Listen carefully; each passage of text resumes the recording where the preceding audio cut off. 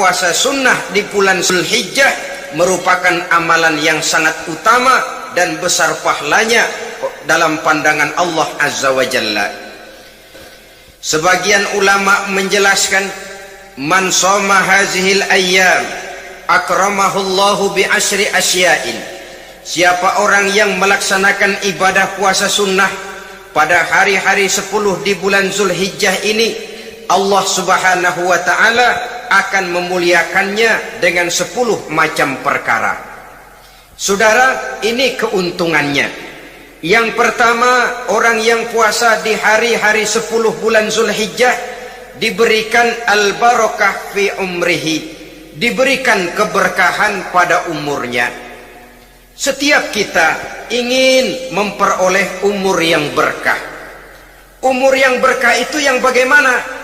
Apa yang jumlahnya panjang? Mungkin. Tetapi yang jelas, umur yang berkah ini adalah umur yang bisa dipertanggungjawabkan di hadapan Allah Subhanahu wa ta'ala. Artinya, umur yang diisi penuh dengan kebajikan, umur yang diisi dengan segala macam kegiatan ibadah, dan umur yang dengan demikian sungguh pun kita sudah mati, jasad terkubur dalam tanah, nama kita akan tetap hidup, dikenal orang oleh karena kebajikan yang kita kerjakan. Saya kira akan lebih merupakan azab ketimbang nikmat kalau orang diberikan umur panjang tapi hanya untuk menumpuk-numpuk dosa saja. Kan lebih baik mana? Umur pendek banyak pahala, umur panjang banyak dosa. Lebih baik mana? Saya yakin yang paling baik tentu umur panjang banyak pahala. Paling sial umur pendek dosa melulu. Sudah diberikan umur pendek tidak seberapa, dosa berlipat ganda. Itu kalau orang kampung bilang tekor namanya. Rugi. Umur pendek hanya untuk menumpuk-numpuk dosa. Boleh jadi kalau umat-umat zaman dulu, saudara, mereka diberikan umur panjang. Nabi Adam, kita tahu Nabi Adam itu 2000 tahun umurnya. Nabi Nuh 950 tahun. Umatnya ya rata-rata segitu itu. Nah, kalau mereka misalnya punya umur 800 tahun, lalu 200 tahun mereka melakukan dosa, kan masih punya restan 600 tahun untuk taubat. Karena umurnya diberikan jatah panjang. Kita ini oleh Allah Subhanahu wa ta'ala, umat Nabi Muhammad ini umurnya pendek-pendek. Kalau nyontoh Nabi 63 tahun saja. Kalau diberikan 70 tahun umur kita sekarang, itu sudah dapat jatah lebih 7 tahun. Alhamdulillah bahwa Allah memberikan saat-saat, waktu-waktu, tempat-tempat yang punya nilai istimewa, sehingga umur yang pendek ini bisa bernilai panjang, nilai ibadahnya bisa bernilai pahala seperti umat yang berumur panjang dahulu itu. Karena itu manfaatkan umur dengan baik, dan salah satu keberkahan daripada umur akan datang dengan melaksanakan ibadah puasa sunnah. Ini yang pertama. Yang kedua, az-ziyadatu fi malihi, diberikan tambahan hartanya, menjadi orang kaya. Kaya apa? Kaya hati setidak-tidaknya. Karena dengan tekun dan rajin melaksanakan ibadah puasa, yang segera tertanam dalam jiwa seseorang merasakan cukup di dalam kehidupan. Itulah dia orang yang paling kaya, orang yang hidupnya paling cukup.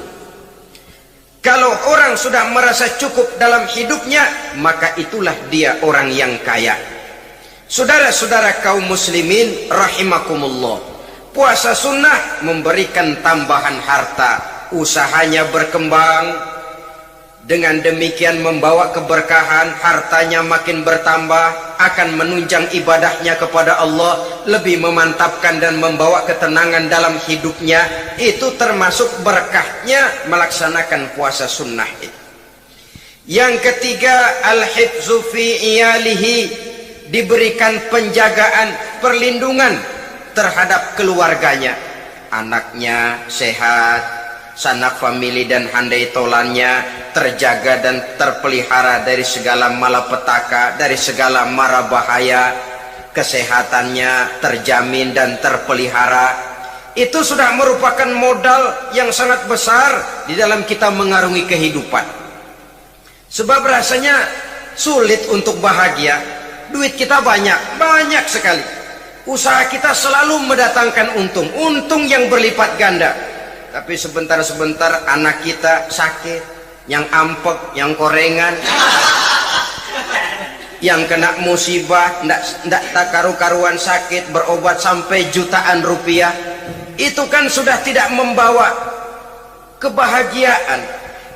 Uang masuk yang begitu banyak jumlahnya habis akhirnya untuk berobat saja. Sebenarnya hitung-hitung ya seri-seri juga. Usaha berhasil, duit banyak, habis untuk berobat. Lah sama juga saudara-saudara. Jadi dengan demikian biar duit kita banyak, asal keluarga pada sehat saja, udah enak bener itu. Duit banyak, ekonomi cukup, keluarga sehat, nikmat rasanya menjalani kehidupan ini. Yang kiamat sudah duit kagak barang seperak, keluarga ampek semua. Kiamat sudah. Saudara hadirin yang saya hormati, jadi yang ketiga, Allah memberikan pemeliharaan terhadap keluarganya. Satu kali orang dipelihara Allah, tidak satu kekuatan pun yang bisa mencelakakan. Satu kali orang disengsarakan Allah, tidak satu tenaga pun yang mampu menyelamatkannya. Itulah sebabnya perlindungan Allah, pemeliharaan Allah terhadap diri dan keluarga sangat kita perlukan di dalam kehidupan ini. Dengan melaksanakan ibadah puasa, kita mendekatkan diri kepada Allah. Dengan dekat kepada Allah, maka Allah pun dekat kepada kita. Sehingga dalam hadis qudsi dikatakan, ta'arraf ilallahi firraha ya'rifka fi syiddah. Ingatlah kepada Allah di waktu kamu senang, agar Allah ingat kepada kamu di waktu kamu susah. Yang kita laksanakan kadang-kadang sebaliknya. Waktu susah kita ingat Allah, waktu senang kita lupa Allah. Akhirnya nanti pada waktu kita melarat, kebelangsak, susah dan sebagainya, pertolongan tidak akan datang kepada kita. Benar, ta'araf ilallah firraha ya'rifka fi syiddah. Ingatlah kepada Allah di waktu kamu susah, ingatlah kepada Allah di waktu kamu senang, agar Allah ingat kepadamu di waktu kamu mendapat kesusahan. Umumnya watak manusia memang kalau sudah dapat susah, ingat kepada Allah. Waktu duduk, waktu berbaring, sambil tidur, dalam segala keadaan Allah disebutnya, Allah dimintakan pertolongannya. Tapi dikala dia berada pada posisi di atas angin, merasa senang, bahagia, Allah terlupakan. Saudara-saudara kaum muslimin, itu yang ketiga. Yang keempat, at-takfiru li sayyiatihi. Orang yang melaksanakan puasa sunnah itu diampuni segala dosa dan kesalahan yang telah dilakukannya.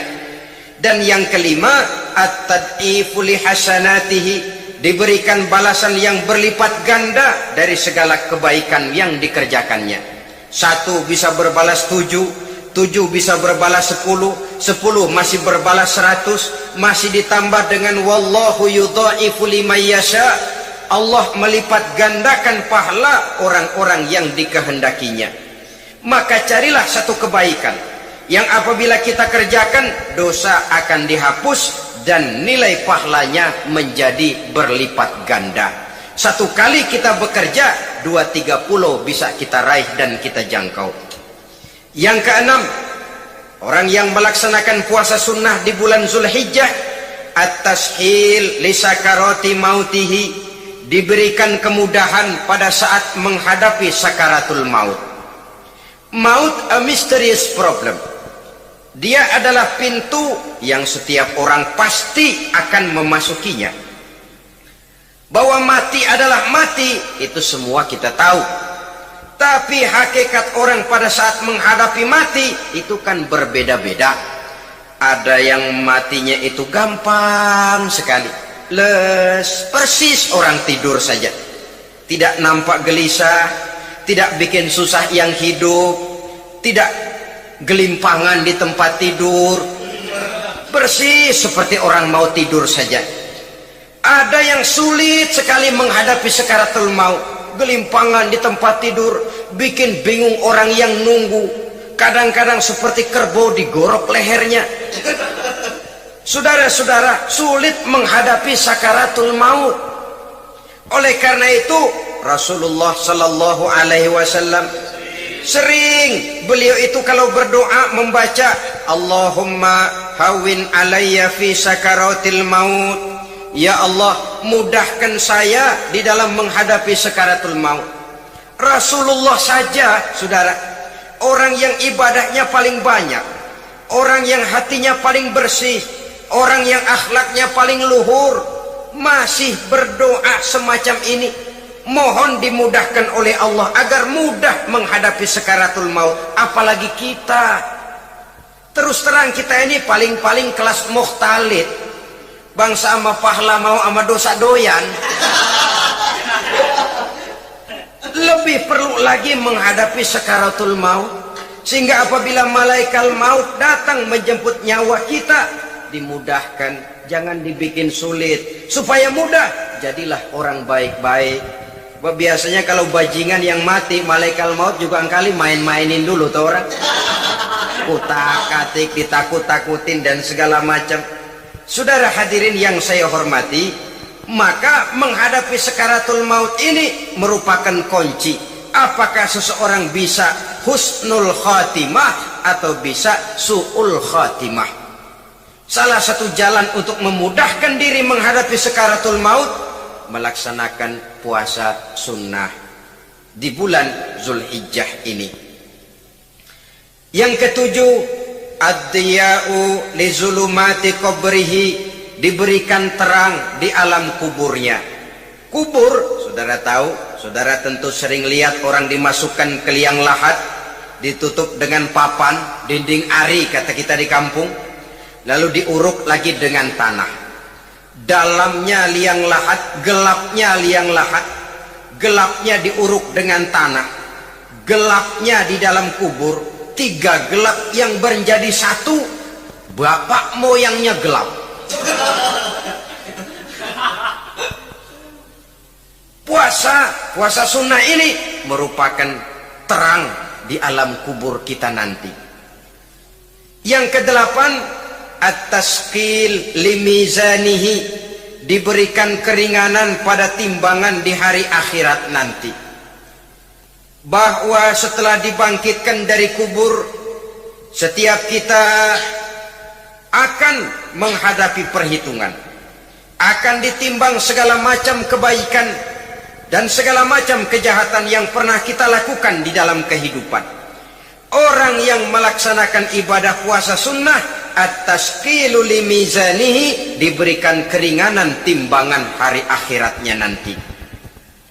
Yang kesembilan, an-najah minal bala, diberikan keselamatan dari segala macam bencana. Dan yang ke-10, as-su'ud ala darajatihi, diberikan ketinggian, naik derajatnya, derajat di dunia, lebih-lebih lagi derajat di akhirat nanti. Ini keutamaan yang diberikan Allah Subhanahu wa ta'ala kepada mereka yang melaksanakan ibadah puasa 10 hari di bulan Zulhijjah menurut penjelasan sebagian dari para ulama kita. Jadi setelah puasa Muharram ada lagi puasa Zulhijjah. Kemudian puasa sunnah yang ketiga, puasa sunnah pada hari Senin dan hari.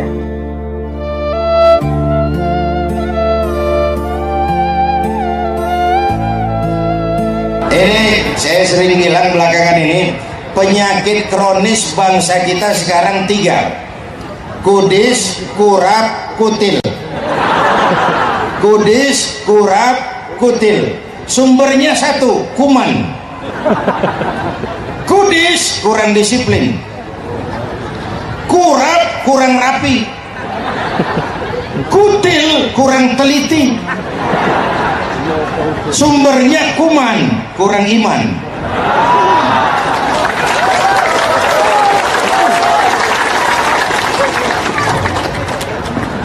Udah ya, Hah? Terus lanjutkan. Lanjutkan Mbak Bupati. Pertama, kudis, kurang disiplin. Kita ini bangsa yang rendah disiplinnya di semua bidang. Di bidang ekonomi kita ini sudah jatuh jadi bangsa yang konsumtif. Iklan cuma ngajarin kita belilah, makanlah, pakailah, minumlah. Minumlah, belilah, makanlah, pakailah. Nggak ada seruan bikinlah, tanamlah, tanamlah, bikinlah, bikinlah, tanamlah.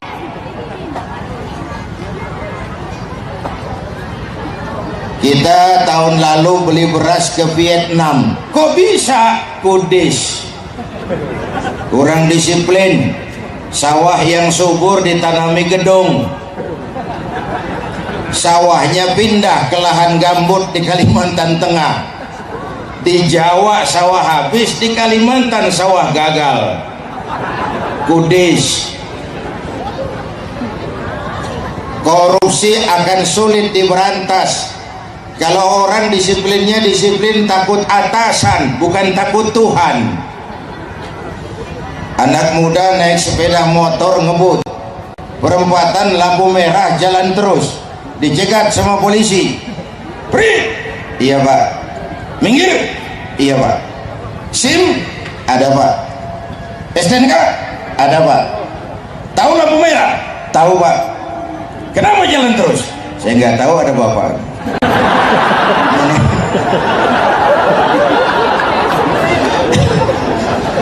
Itu jawaban kuman, kurang iman.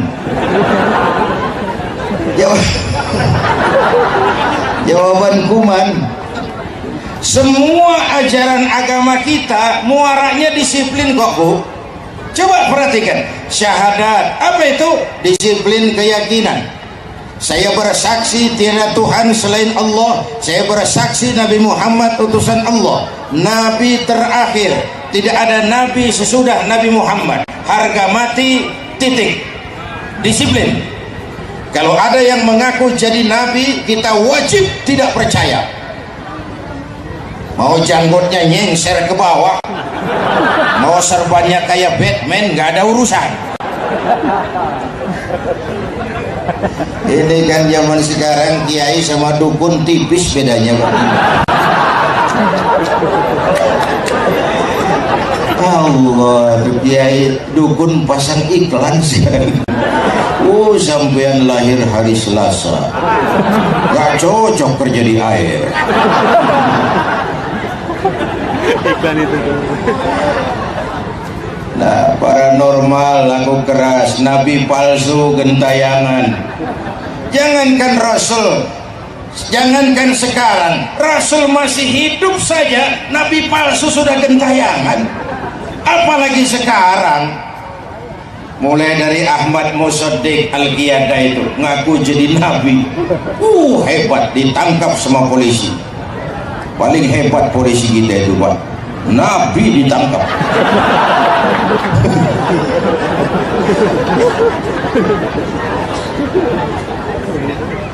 Lalu muncul lagi di Bandung, Sayuti namanya, tukang cukur, ngaku dapat wahyu, jadi nabi lagi, ditangkap lagi 2 tahun penjara.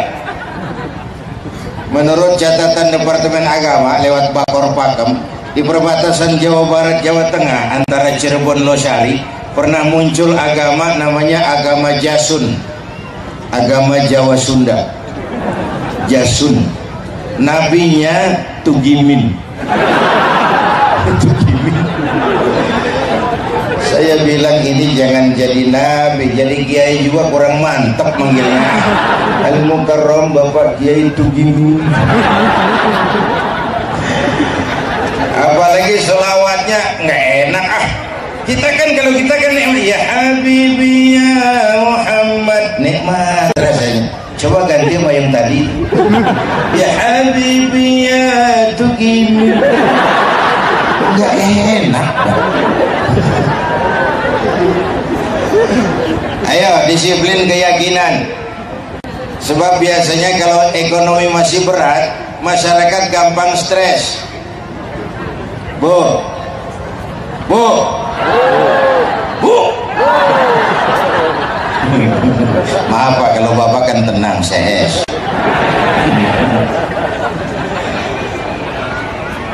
Kemarin itu kan caleg-caleg yang nggak jadi banyak yang stres.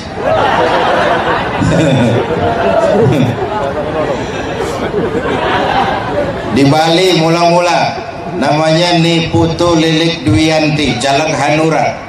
Begitu dihitung suaranya nggak cukup, mati. Mati sampai sekarang.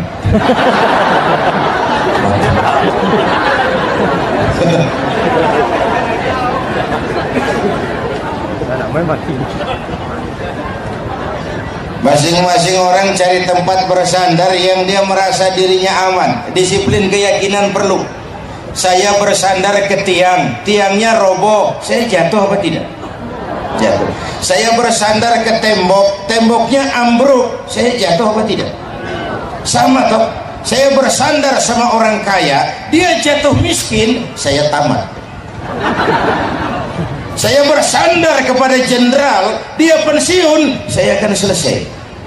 Tapi kalau saya bersandar kepada Allah, itu kekuatan yang paling dahsyat. Itulah iman itu. Itulah disiplin keyakinan. Sholat, disiplin apa? Disiplin waktu. Prajurit kalau sehari semalam 5 kali wajib lapor, masa ia mau lapor yang tidak benar? Dulu tahun 80-an saya bilang, kalau ingin minta tolong kepada Allah, jangan lupa nomor telepon Allah. 44342, jumlahnya 17. 44342. Tidak usah ragu, kalau angka cukup, telepon pasti sambung. Kalau angka kurang, hati-hati salah sambung. Tapi 44342 itu telepon umum, semua orang pakai itu. Lewat situ permohonan banyak, mesti agak sabar. Kalau ingin minta tolong lebih cepat, selain pakai telepon umum tadi, cobalah pakai SLJJ, sambungan langsung jarak jauh. Kapan? Tengah malam. Kenapa tengah malam? Lebih murah. Selain lebih murah, pasti lebih cepat sambung. Kenapa lebih cepat sambung? Karena tengah malam orang banyak tidur, saluran kosong. Wa minal laili fatahajjad bihi. Orang ngasih contoh tuh harus jelas. Contoh. Udahlah, nggak jadilah. Selesai minum, kata malaikat Jibril, "Shaddaqta ya Muhammad." Kau benar Muhammad, pilihanmu tepat. Kenapa? Kalau arak yang kau pilih, kau ambil, kau minum, habis umatmu jadi pemabuk semua. Itu potret. Ini kan zaman entertain, orang pintar ngebungkus. Dulu Gomloh punya lagu, madu di tangan kananmu, racun di tangan kirimu. Kalau ini situasinya, memilih tidak sulit, alamat jelas. Madu di kanan, racun di kiri. Zaman entertain sekarang ini sering tidak jelas racun di mana, madu di mana. Malah lebih celaka, banyak racun bermerek madu. Bu, ibu kalau ada racun ada madu, ibu pilih di racun apa di madu?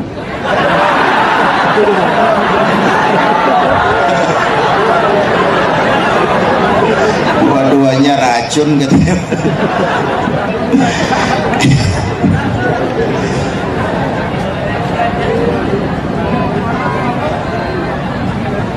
Jadi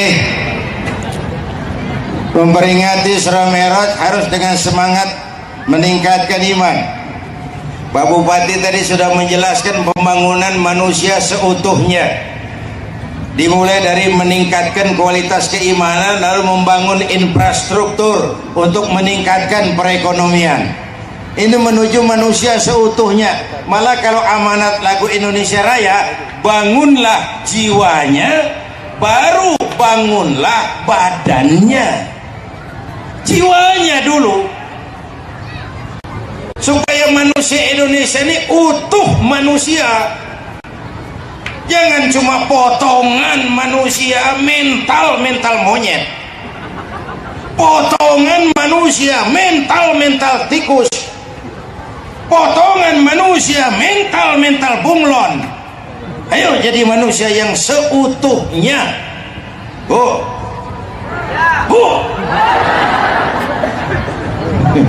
Bapak, kalau Bapak kan tenang. Dia suka ngobrol sendiri nih kalau nggak diajak ngobrol.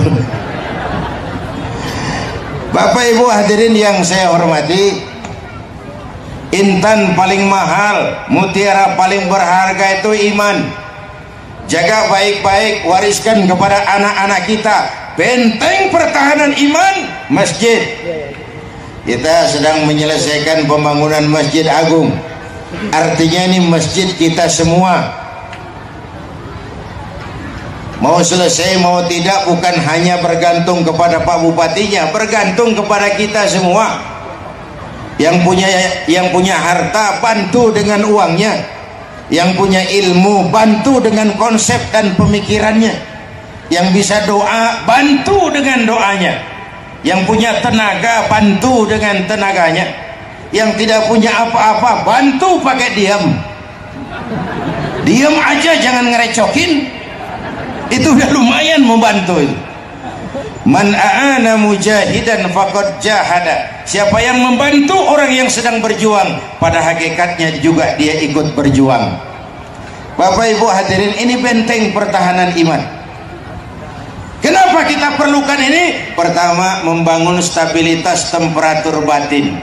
Memulai dengan baik penting, mengakhiri dengan baik jauh lebih penting. Sama itu teori. Dalam praktek kejam. Tahun 2000-an saya diundang ke Amerika. Di kota-kota besar, di beberapa kota besar, kalau masuk restoran ada tulisan di pintu, white only, hanya melayani kulit putih, yang kulitnya hitam minggir. Padahal mereka teriak semua manusia dilahirkan sama, that all means are created equal. Saya juga nggak ngerti apa. Nah, masjid ketika Amerika belum ditemukan oleh Christopher Columbus, ketika Eropa masih biadab, ketika Afrika belum dikenal orang, Islam lewat masjidnya sudah mengajarkan demokrasi. Pertama, siapapun masuk masjid copot sandal, buka sepatu. Tidak ada warga negara kelas 1 di masjid. Lurah masuk masjid buka sepatu, camat masuk masjid buka sepatu, gubernur masuk masjid buka sepatu. Itu Pak tuh yang ngomong tuh, Pak. Narnur aja. Nikmatnya masyarakat masjid. Siang ini saya hadir di Seluma tercinta ini. Saya tidak merasa tamu. Saya hanya keluarga datang dan bicara di tengah keluarganya.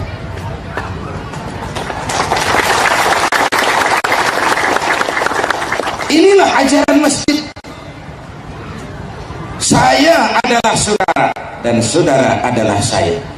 Bahwa saya lahir di Jakarta itu sih kebetulan. Saya nggak pesen. Terima jadi mau bilang apa? Yang kita nggak pesan itu jangan diributkan dong. Warna kulit seperti ini, pesan apa tidak? Jangan ribut soal warna kulit. Dari suku apa kita dilahirkan, pesan apa tidak? Jangan pernah ribut soal suku.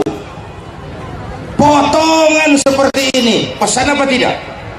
Jangan pernah menghina orang. Masjid tempat mencari persamaan, bukan tempat memperbesar perbedaan. Apalagi kita baru selesai pemilu, ya Bu ya, Bu, baru selesai pemilu. Mungkin kemarin ada gesekan-gesekan kecil gara-gara beda kaos sama tetangga, nggak tegur-teguran. Sudahlah yang sudah, ayo kembali ke masjid. Copot itu kaos, copot itu atribut. Kita hamba Allah yang sama di sini. Bu, Bu, beda boleh, marah jangan. Beda tapi akur, akur sekalipun beda. Beda tapi akur, akur sekalipun. Ini dua tangan, tangan kanan sama tangan kiri beda apa tidak? Beda tapi akur. Kalau tangan kiri gatal, kanan nggak usah diundang, datang menggaruk. Beda tapi akur. Nggak ada tangan kiri gatal yang kanan marah, lu garuk aja sendiri. Nggak ada. Beda tapi akur. Nanti yang kanan gatal, kiri nggak dijemput, datang menggaruk. Dua-duanya gatal, dua-dua bisa garuk-garukan. Beda tapi akur. Bu, tangan kanan kerjanya bagus-bagus, bersalaman, tangan tanda tangan, tangan hitung uang, tangan kiri nggak pernah protes, sadar posisi. Kata tangan kiri, memang tugas saya bidang pembersihan, cleaning service, udah pembersihan saya. Tapi yang kanan kan sayang sama yang kiri. Kata kanan, sabar saja kiri, walaupun aku yang pegang uang, kau jangan cemburulah. Nanti uang tuh aku belikan jam tangan, kau yang pakai. Ini namanya saling asih. Jangan sesama kita saling gasak, gesek. Enak juga kerja ini. Pernah lihat orang baris? Polisi, tentara itu kalau baris gagah apa tidak? Kenapa baris itu gagah? Karena dua tangan kerjasama dan saling mengalah. Coba lihat orang baris itu. Tangan kanan maju ke depan, yang kiri mengalah, mundur ke belakang. Nanti tangan kiri maju ke depan, yang kanan yang mengalah, mundur ke belakang. Gagah, elok dipandang mata. Bayangkan kalau tidak ada yang mau mengalah itu. Serem.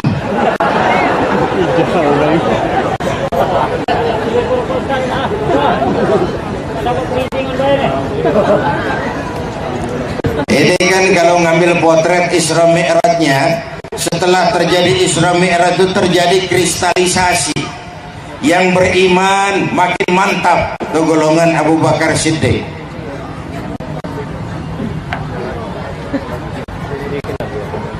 Apaan?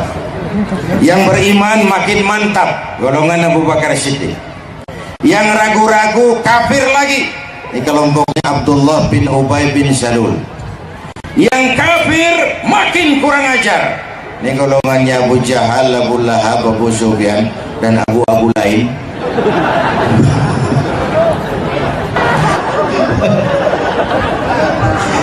Canda Bu, jangan dipikirin. Soal apa tadi? Masjid. Abu. Sudah copot sandal? Sudah. Sudah buka sepatu? Sudah. Nun di sana. Kita menghadap ke arah yang sama, menyembah Allah Tuhan yang sama, mengikuti cara Rasul yang sama, melakukan gerak yang sama, membaca bacaan yang sama, dengan bahasa yang sama. Itulah masyarakat masjid. Coba kalau sholat boleh pakai bahasa masing-masing, ramai masjid, bingung malaikat. Yang imam pakai bahasa Indonesia, takbir. Tuhan yang maha besar. Malaikat kaget.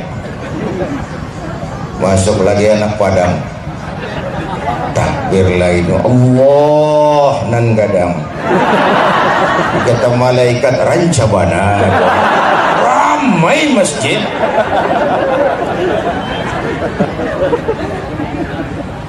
Masjid tempat mencari persamaan, bukan tempat memperbesar perbedaan. Saya tertarik Barack Obama. Oh, itu waktu Barack Obama dilantik, saya duduk paling depan televisi. Siapa yang ngundang?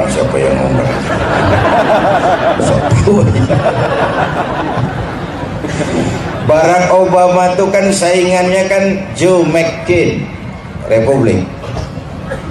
Begitu Obama menang, 1 minggu kemudian Joe McCain telepon Obama, Mr. Obama, seminggu yang lalu Anda saingan saya, sekarang Anda presiden saya. Bagus gak itu omongan? Bagus gak? Itulah demokrasi. Seminggu yang lalu Anda saingan saya, sekarang Anda presiden saya. Inilah demokrasi. Siap menang, siap kalah.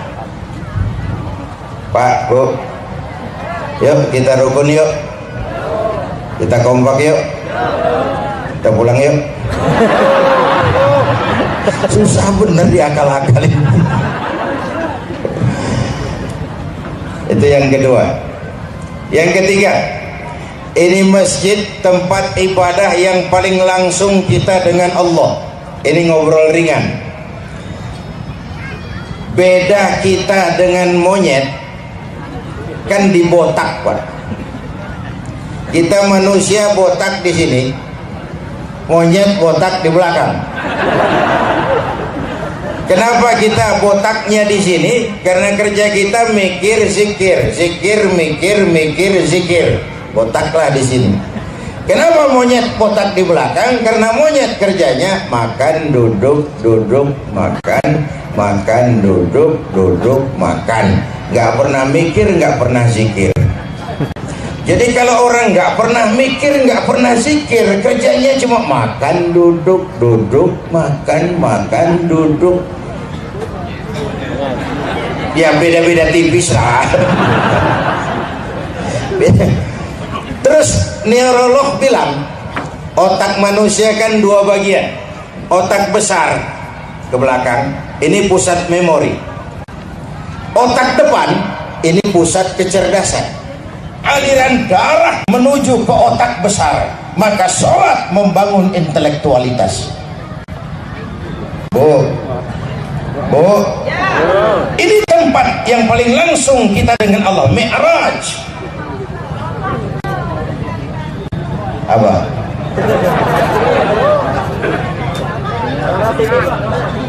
Ya diam aja, gak usah jawab. Saya sulit ceramah kalau ada saingan. Ketika maaf, perjalanan horizontal, hablum minan nas. Aqsa aras, ini perjalanan vertikal, hablum minallah. Isra Mi'raj mau bilang, Bung, ada hidup sesudah mati, ada akhirat sesudah dunia. Semua kita perantau di Seluma ini. Semua kita perantau di Bengkulu ini.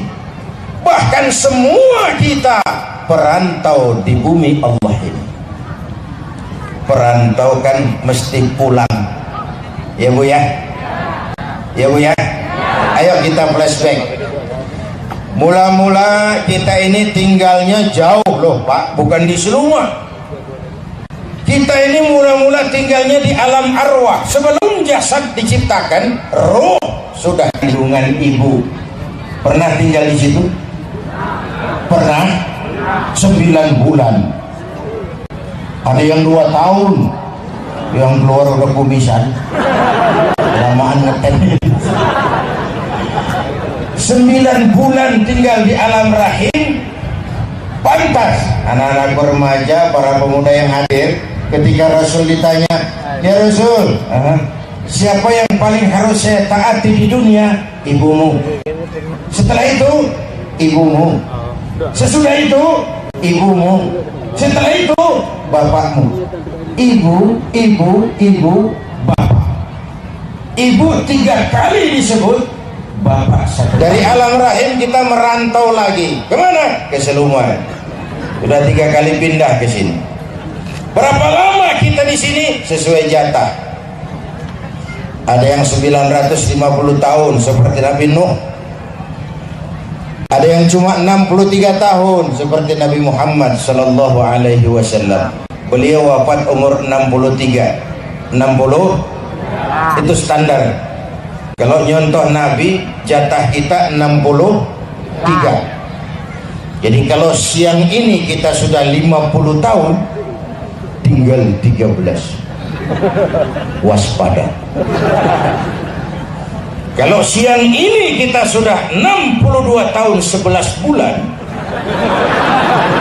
la haula wala quwwata. Harap makan yang enak-enak, Pak. Takut mati, Pak, jangan hidup.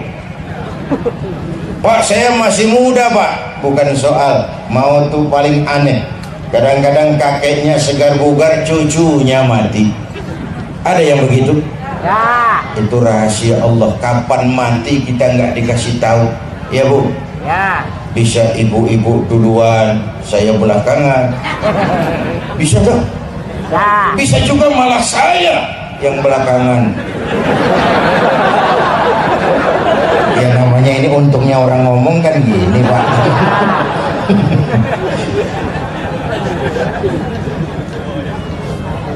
Sebulan yang lalu King of Pop Michael Jackson mati.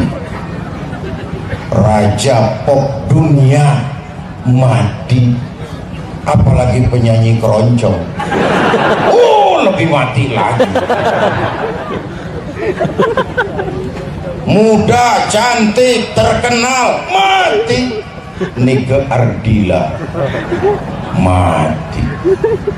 Alda, Alda suara emas, cantik, terkenal, mati. Alda. Nggak bisa nanti dikubur Munkar Nakir tanya Alda, man rabbuka? Lalu dia jawab, aku tak biasa. Ya nggak bisa dong, babnya lain. Babnya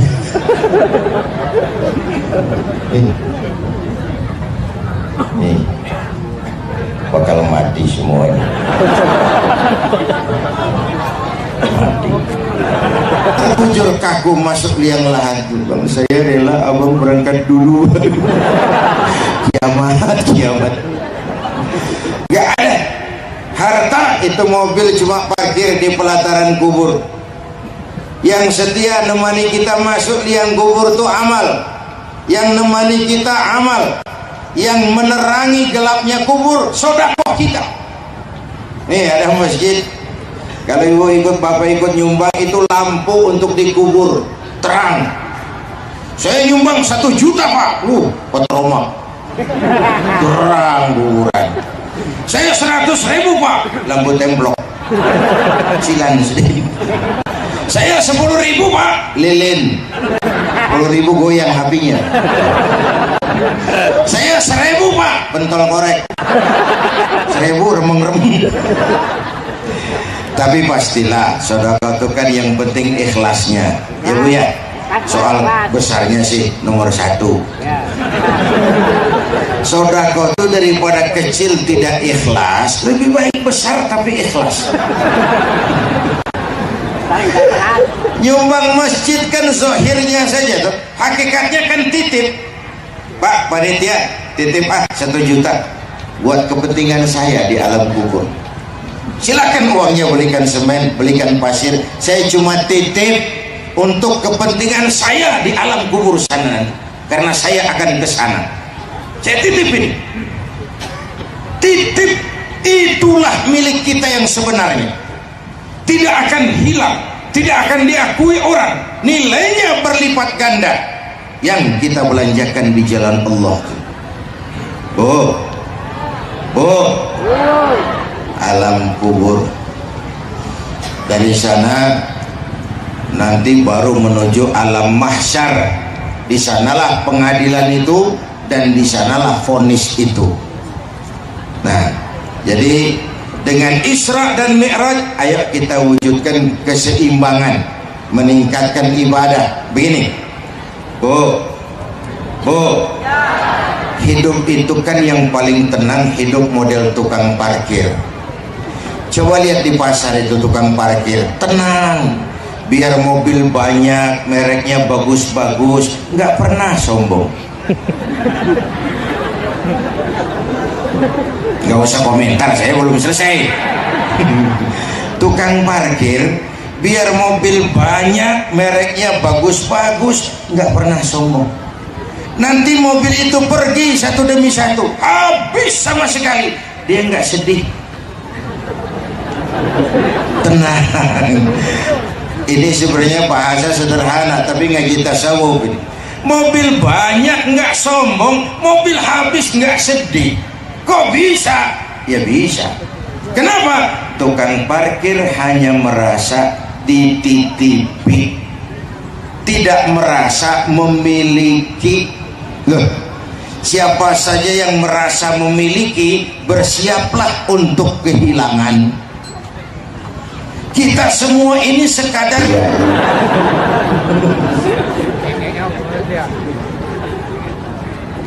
belum illegal fishing, itu tidak kalah jahatnya dengan illegal logging. Taiwan, Korea, Jepang langganan nanggokin ikan di laut Indonesia. Hutan jutaan hektar, ini negeri kaya, dititipi Allah kepada kita. Ini aku titip. Kekayaan negeri ini dikuasai oleh negara, itu udah betul, oleh negara, harus digunakan bagi sebesar-besar kemakmuran rakyat. Itu amanat pasal 33.